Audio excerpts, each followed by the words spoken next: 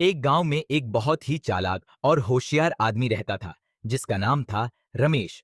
रमेश को अपनी बुद्धिमत्ता पर बहुत गर्व था और वह हमेशा दूसरों को अपने से कम समझदार समझता था। उसका मानना था कि वह जो भी करे उसमें वह सबसे अच्छा है और कोई उसकी बराबरी नहीं कर सकता।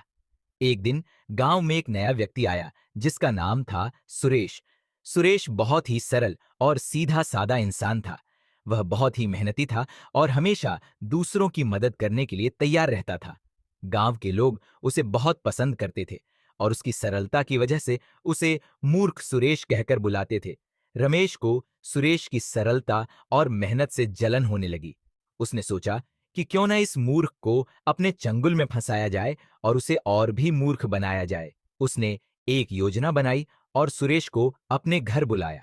रमेश ने सुरेश से कहा, सुरेश, तुम बहुत ही मेहनती हो और तुम्हारी मेहनत की वजह से तुम्हें गांव में बहुत सम्मान मिलता है। लेकिन क्या तुम जानते हो कि तुम्हारी मेहनत का फल तुम्हें नहीं मिल रहा है?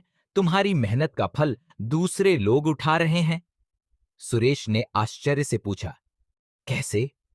रमेश ने कहा, तुम्हारी मेहनत का फल तुम्हारे पास नहीं आ रहा है क्योंकि तुम्हारे पास ज्ञान की कमी है।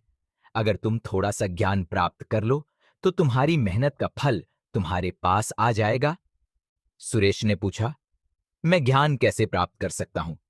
रमेश ने कहा, मैं तुम्हें ज्ञान दे सकता हूं, लेकिन इसके लिए तुम्हें मुझे कुछ करना होगा। सुरेश ने पूछा, क्या करना होगा? रमेश ने कहा, तुम्हें मेरे लिए कुछ काम करने होंगे। मैं तुम्हें ज्ञान दूंगा और तुम मेरे लिए काम करोगे। इस तरह तुम ज्ञान प्राप्त करोगे और तुम्हारी मेहनत का फल तुम्हारे पास आ जाएगा। सुरेश ने सोचा कि यह तो बहुत अच्छा सौदा है। उसने रमेश की बात मान ली और उसके लिए काम करना शुरू कर दिया। रमेश ने सुरेश से बहुत सारे काम करवाए, लेकिन उसे ज्ञान के नाम पर कुछ नहीं दिया। सुरेश को लगा कि वह ज्ञान प्राप्त कर रहा है, लेकिन असल में वह रमेश के लिए मुफ्त में काम कर रहा था। एक दिन गांव के एक बुजुर्ग ने सुरेश को देखा और पूछा, सुरेश, तुम इतना काम क्यों कर रहे हो? सुरेश ने कहा, मैं ज्ञान प्राप्त कर रहा हूं। बुजुर्ग ने पूछा, कैसे? सुरेश ने कहा, रमेश मुझे ज्ञान दे रहा है और बदले में मैं उसके लिए काम कर रहा हूं।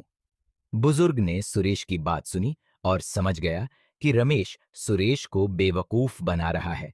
उसने सुरेश से कहा, सुरेश, तुम्हें धोखा दिया जा रहा है।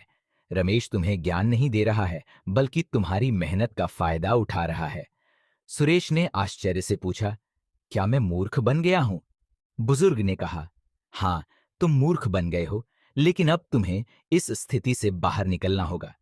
सुरेश ने पूछा, मैं कैसे निकल सकता हूं? बुजुर्ग ने कहा, तुम्हें रमेश को उसी की चाल में फंसाना होगा। सुरेश ने पूछा, कैसे? बुजुर्ग ने कहा, तुम्हें रमेश की तरह बनना होगा। तुम्हें उसकी तरह चालाक और होशियार बनना होगा। सुरेश ने कहा, लेकिन मैं तो मूर्ख हूं, मैं कैसे चालाक बन सकता हूं? बुजुर्ग ने कहा, तुम्हें मूर्ख बनकर रहना होगा। तुम्हें रमेश को यह समझाना होगा कि तुम अभी भी मूर्ख हो, लेकिन असल में तुम्हें चालाक बनना होगा। सुरेश ने बुजुर्ग की बात मान ली और उसकी सलाह के अनुसार काम करना शुरू कर दिया। उसने रमेश के सामने मूर्ख बनकर रहना शुरू कर दिया, लेकिन असल में वह चालाकी से काम करने लगा। एक दिन रमेश ने सुरेश से कहा, सुरेश, मैं तुम्हें एक बहुत ही महत्वपूर्ण ज्ञान दूंगा, लेकिन इसके लिए तुम्हें मेरे लिए एक बहुत ही मुश्किल काम करना होगा। सुरेश ने पूछा, क्या काम करना होगा? रमेश ने कहा, तुम्हें गांव के बाहर जाकर एक बहुत ही दुर्लभ पौधा लाना होगा। यह पौधा बहुत ही मूल्यवान है और इसके बिना तुम ज्ञान प्राप्त नहीं कर सकते। सुरेश ने कहा, ठीक है, मैं यह काम करूंगा। रमेश ने सोचा कि सुरेश अभी भी मूर्ख है और वह इस काम को नहीं कर पाएगा, लेकिन सुरेश ने चालाकी से काम किया और गांव के बाहर जाकर वह दुर्लभ पौधा ढूंढ लाया। जब सुरेश ने पौधा लाकर रमेश को दिया तो रमेश हैरान रह गया। उसने सोचा कि सुरेश अभी भी मूर्ख है, लेकिन सुरेश ने उसे चकमा दे दिया था। रमेश ने सुरेश से पूछा, तुम यह पौधा कैसे ले आए? सुरेश ने कहा, मैंने तुम्हारी तरह चालाकी से काम किया।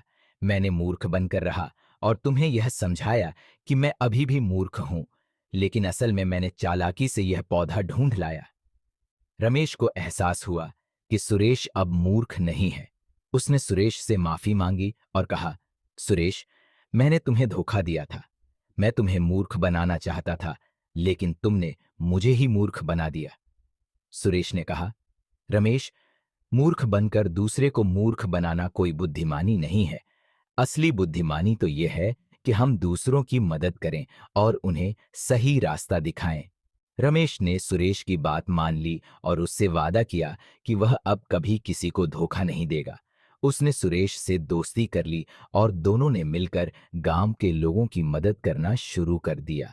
इस कहानी से हमें यह सीख मिलती है कि मूर्ख बनकर दूसरे को मूर्ख बनाना कोई बुद्धिमानी नहीं है। असली बुद्धिमानी तो यह है कि हम दूसरों की मदद करें और उन्हें सही रास्ता दिखाएं।